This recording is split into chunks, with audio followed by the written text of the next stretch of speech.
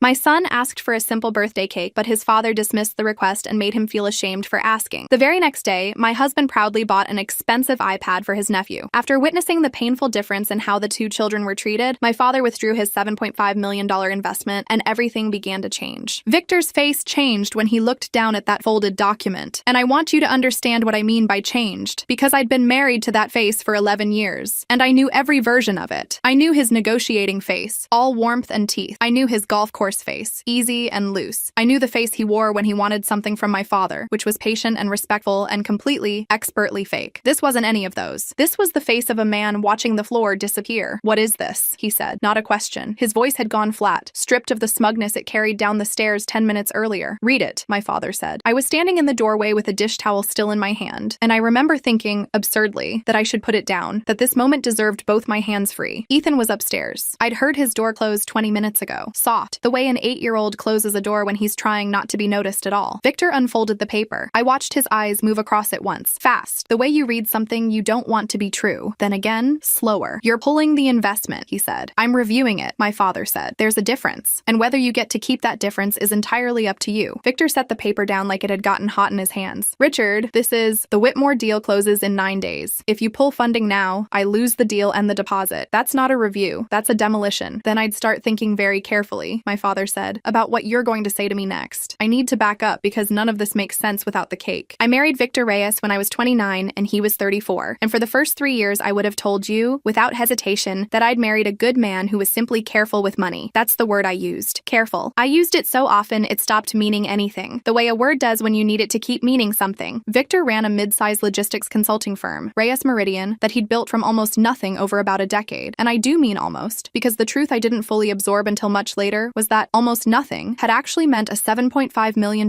capital injection from my father, Richard Calloway, 4 years into our marriage, structured as a convertible note with a board observer seat attached. My father had made his money in commercial real estate over 30-some years, was semi-retired, and treated investing in his son-in-law's company the way he treated most things, as a favor wrapped in due diligence. Extended once, expected never to need repeating. Victor never called it a favor. He called it the partnership. He'd correct me, gently, at dinner parties, if I ever said the word loan. It's an investment, not a loan. There's a difference. He was right, technically. There's always a difference, technically, right up until there isn't one that matters. Ethan was born the year after the investment closed. He was, from the very beginning, a quiet kid. Not sad quiet, just observant quiet. The kind of child who watches a room before he steps into it. He liked drawing bridges, oddly specific ones, with cable towers and suspension lines he'd copied out of library books. He was gentle with animals and careful with his baby cousin Liam, who was 3 years younger and considerably louder, and I used to think, watching the two of them, that Ethan would grow up to be the kind of adult who apologizes to furniture when he bumps into it. The red flags were there early. I can see that now with the particular clarity that only comes after you've stopped needing to protect the version of your life where you didn't see them. There was the birthday, 3 years back, when Ethan was 5, and he'd wanted a $40 remote control car from a catalog, and Victor had said, in front of my sister and her husband, "We don't reward wanting things by buying them," and Ethan had gone very still and very polite for the rest of the party, the way he always did after Victor said something like that, like stillness was a kind of armor he'd already learned to put on. There was the time Victor described his own childhood to a group of my coworkers at a dinner, growing up in Fresno, a single mother working 2 jobs, learning financial discipline the hard way, and I'd watched him tell it with such conviction, such warmth, that half the table had tears in their eyes by the end, and I believed for years this story explained everything about him. I told it back to people myself, at other dinners, proud of him in a way that now feels like it belonged to someone else. It explained the carefulness, it explained the discomfort with waste. What it didn't explain, though I didn't let myself ask the question directly for a long time, was why the discipline only ever seemed to apply to Ethan, and never once, in 11 years, to Victor himself. Not to the golf club dues, not to the leased BMW, not to the watch he'd bought himself the same month he told Ethan a $40 toy car was throwing money away. I told myself it was nothing. I told myself for years, actually, that it was nothing, that this was simply what it looked like when a man who genuinely struggled growing up tried to instill values in his own child, even if his execution sometimes ran cold. I made excuses out of raw material that, in hindsight, wasn't really there. That's the loop you get stuck in. You notice the strange detail, you rationalize it into something bearable, and you keep living inside the bearable version, because the alternative requires you to admit you built a life on a foundation you never actually inspected. The cake broke the loop. Not because it was the worst thing Victor ever did, it wasn't, not even close, as things turned out, but because I finally, actually watched my son's face when he asked for something that cost $26, and I watched what happened to that face when the answer came back as rage instead of a simple no. The morning after the blow-up in the kitchen, I woke up early, before either of them them, and sat at the table with my coffee going cold and made myself replay it in order, the way you'd lay out photographs on a table to see if they told a story you hadn't let yourself read before. Ethan, holding the flyer like it might tear if he wasn't careful. Mom said we might be able to get this one. Victor's chair screeching, the window seeming to shake, though I know now that was probably just my own pulse doing the shaking, my body translating fear into architecture because the alternative, that a man could make an entire house feel unsafe over $26, was too much to hold on to directly. Ethan's hand rising halfway to his face. He didn't cry. I keep coming back to that because I think if he'd cried, I might have moved faster, might have understood sooner what I was looking at. Instead, he did something worse than crying. He went still and watched his father the way you watch whether you now know can turn on you, carefully, permanently, like he was filing something away that he was never going to be able to unfile. He's old enough to learn money doesn't grow on trees. And then my father in the hallway, still holding Ethan's wrapped present, saying one word, interesting. I didn't understand that morning just how much weight my father had put behind that single word. I understand now. My father was a man who spent 30 years reading rooms before he put a dollar into them, and he'd just watched, in real time, the man he'd put $7.5 million behind lose control over a bakery flyer in front of his own child. That's not a data point my father forgets. That's a data point my father files, the same careful, permanent way Ethan had just learned to file his father's rage. We skipped Ethan's birthday completely. I want to say that plainly, without softening it, because I softened it for months afterward, told myself we'd make it up to him, told myself a missed birthday wasn't the end of the world. It wasn't the end of the world, but it was the end of something. The end of me being able to tell myself Victor's carefulness with money was really about money at all. Instead, we drove 40 minutes to Victor's sister's house for his nephew Liam's birthday. Ethan sat in the back in his one good shirt, navy blue, buttons he'd insisted on doing up himself, the shirt he'd picked out for a birthday that had already quietly ceased to exist. Nobody in that car said the word birthday. I kept opening my mouth to say something and closing it again because I didn't know what sentence could follow it that wouldn't detonate the whole car. At the party, there were balloons in Liam's favorite shade of green, a rented bounce house sagging slightly in the heat, a Bluetooth speaker playing a kid's playlist too loud for the yard. Victor disappeared for a few minutes into the house. When he came back out, he was holding a glossy gift bag up over his head like a trophy at a ceremony, and the whole yard turned to look, because that's what a gift bag held up like a trophy is designed to do. He pulled out an iPad Pro, not the base model. I recognized the box because I'd priced them myself once, half joking, when Ethan asked about a tablet for his drawing. This was the $200 version, the one with the pencil included. For Liam, Victor announced, grinning at the whole yard. My nephew deserves the best. People clapped. Someone, I think it was Victor's brother-in-law, laughed and said Victor was too generous, and Victor laughed back, easy, warm, the golf course face, soaking in every second of it like a man standing in sunlight he'd arranged for himself. I watched Ethan. I made myself watch him, because some instinct told me that if I looked away, I'd be choosing not to see something I badly needed to see. He stared at the iPad for maybe 4 seconds. Then he looked down at the grass, and he did not look up again for the rest of the party. Not when the cake came out, chocolate, 3 tiers, from a real bakery, easily $150. Not when the kids ran through the bounce house. Not when his own father called across the yard for him to come say hi to your cousin. He said hi. He sat back down. He looked at the grass. My father was standing near the patio doors the entire time, a paper plate of food he wasn't eating balanced in one hand. I didn't understand what he was doing until much later. He was doing what he always did before he moved real money. He was watching, quietly, for as long as it took to be sure. About 10 minutes after the iPad moment, he set his plate down, walked out to the side yard, and made a phone call. I didn't follow him. I didn't ask. When he came back inside, he sat down next to me on the porch step and asked, in the same tone he might have used to ask where the bathroom was, where Victor kept his laptop charger. I told him the office, second drawer. I didn't ask why. I think some part of me already knew that asking would only slow down something that badly needed to move. In the days right after the party, I found myself doing something I hadn't done in years, actually paying attention to the small financial choices Victor made in front of other people versus the ones he made in front of just us. I noticed, for the first time consciously, that Victor tipped generously at restaurants when we were with other couples, and got quietly irritated about the tip when it was just the 3 of us. I noticed he'd donated $500 to Ethan's school auction the year before, publicly, his name read aloud from a podium, the same year he'd told me our family couldn't justify a $60 winter coat for Ethan until it went on clearance. None of this was new information exactly. It was information I'd simply never allowed myself to add up before. 2 days after the party, I found an email open on the shared family laptop. Victor had forgotten to log out, which was itself unusual, because Victor was meticulous about his devices in a way that, again, I'd filed for years under careful. It was a message to someone named Priya Nair. Subject line, Q3 draw. Keep this off the RM books for now. I told myself it was nothing. Businesses have all kinds of internal shorthand, and I am not a numbers person, and off the books could mean 100 boring things. A personal reimbursement, a tax timing issue, anything. I closed the laptop. I told myself it was nothing for exactly 1 more day. The next evening, my father called me, not Victor, and asked carefully carefully whether I knew a woman named Priya Nair. I said the name sounded familiar. I'd seen it in an email. And there was a pause on the line that told me more than words would have. She's Reyes Meridian's bookkeeper, my father said. I had my forensic accountant reach out to her yesterday as part of the review. Marcus Delacroix, you haven't met him, but he's done work for me for almost 20 years, and he doesn't get spooked easily. He called me this morning sounding spooked. My stomach did the thing it does now, the dropping thing, the thing I'd later learn to recognize as my body understanding a sentence before my mind caught up to it. Spooked how? I said. There's a pattern, my father said. I'd rather Marcus explain it properly than have me guess at it over the phone and get it wrong. I didn't sleep much that night. I kept running the word pattern over in my head, turning it like a stone, trying to guess its edges before I had to hold the actual shape of it. I thought about the watch. I thought about the BMW lease, which Victor had always described as a business necessity, client-facing, even though I couldn't remember the last time a client had ridden in that car. I thought about how easily the word careful had covered for all of it, for years, without me ever once asking what, exactly, Victor was being careful toward. Marcus Delacroix came to the house 2 days later. He was a small, precise man in his 60s, the kind of person who brings his own folder even when you've told him he doesn't need to, and he sat at our kitchen table, the same table where Victor had stood over a $26 cake flyer, and laid out, page by page, 18 months of what he called draw discrepancies. I've been doing forensic accounting for 22 years, he told me, not unkindly, the way you'd explain a diagnosis to someone you didn't want to frighten more than necessary. What I'm looking at here isn't a crime, Mrs. Reyes. Not yet. Not on its own. It's a pattern of personal expenses routed through business accounts and reclassified after the fact. Golf memberships, a leased vehicle, a watch purchase in November, categorized as client development and equipment. Individually, any one of these could be an honest mistake. Together over 18 months, they're not. I asked him, my voice smaller than I wanted it to be. How much? Just over $310,000, he said, that I can document cleanly. There may be more. I'd want another month to be certain. I attempted, that same week, to fix things quietly. I confronted Victor myself, alone. No lawyers, no father, just the two of us in the kitchen, because some stubborn, hopeful part of me still wanted a version of this where the marriage survived, and Ethan got his childhood back intact. I told him what I'd learned. I asked him to explain it to me himself, honestly, before anyone else got further involved. He told me I didn't understand business. He told me Marcus Delacroix was some retired guy my father paid to find a problem, because that's what forensic accountants do. They find problems. That's the job, he told me. And this is the part that finally, completely, broke something in me, that I should be grateful he provided for this family the way a man is supposed to, and that a few aggressive but legal deductions were nothing compared to what I'd have if I'd married someone who couldn't build a company at all. My hands were shaking by the end of that conversation, not from anger, or not only from anger, from the specific physical vertigo of watching a person recite a script instead of answering a question. I called Dana that night, not yet ready to file anything, just needing to understand what my options even were. She listened, and then she told me something I've held on to since. People don't usually change the story they tell about money. They change the money to fit the story they've already decided to tell about themselves. I didn't fully understand what she meant until much later, but I wrote it down on a sticky note and kept it on the fridge for a while, half hidden behind a grocery list like a small private anchor. 10 days after Marcus's visit, Ethan came home from school and told me, in the flat, careful voice he'd started using more and more, that his father had picked him up early and taken him to lunch, just the two of us, and had told Ethan over burgers that Grandpa Richard is trying to hurt our family and that Ethan should be careful what he says to Grandpa from now on. I want to be precise about what that moment did to me, because it was worse, in some ways, than the financial pattern Marcus had laid out on the kitchen table. Money is money. But Victor had sat across from an 8-year-old and started, deliberately, to recruit him into a version of events where the people trying to protect him were the threat. I called our family law attorney that afternoon. Her name is Dana Whitfield, and she'd been practicing family law in the county for 19 years, and I remember she let me finish the entire story, the cake, the party, Marcus's numbers, the lunch with Ethan, without interrupting once, and then she said very calmly, okay, I want you to start keeping a written log, dated, of anything Victor says to Ethan about the finances or about your father, going forward. Not because I don't believe you, because a judge will want more than a memory. That was the first time the word judge entered any conversation I was part of, and I remember sitting with the phone still warm against my ear afterward, understanding that whatever this was, it had officially stopped being something that could be resolved at a kitchen table. The final piece came from Priya Nair herself, the bookkeeper, who, after Marcus's outreach, and after what she later told Dana was months of feeling sick about it, voluntarily provided a set of internal messages showing that Victor had, roughly 8 months earlier, drafted and then abandoned paperwork to open a second business account that my father's convertible note wouldn't have visibility into. He hadn't gone through with it. But he drafted it, dated it, saved it, and then, 3 weeks after my father's investment review letter landed on the kitchen table, reopened the draft and started filling it in again. Dana called that consciousness of the problem. Marcus, more bluntly, called it someone building an exit before anyone officially confronted him. I sat with all of it. The cake, the iPad, iPad, the three $10,000, the lunch, the half-built escape hatch of an account, and I finally let myself see the whole shape of it at once, instead of one bearable piece at a time. It wasn't really about money at all, and it was also completely about money. It was about a man who needed to be the only source of anything good in a room, and who couldn't tolerate his own son getting something small and unearned, a $26 cake freely given, because Victor's entire sense of himself depended on generosity being a performance he controlled, aimed wherever it would earn him the loudest applause. Everything happened fast after that, in the way things do once the machinery of institutions actually engages instead of just circling. My father formally called the note, not reviewed it this time, called it in full, citing a covenant breach tied to the undisclosed personal expense pattern Marcus had documented, which under the terms of the original agreement gave him the right to demand immediate repayment or convert his position into a controlling equity stake. Reyes Meridian did not have $7.5 million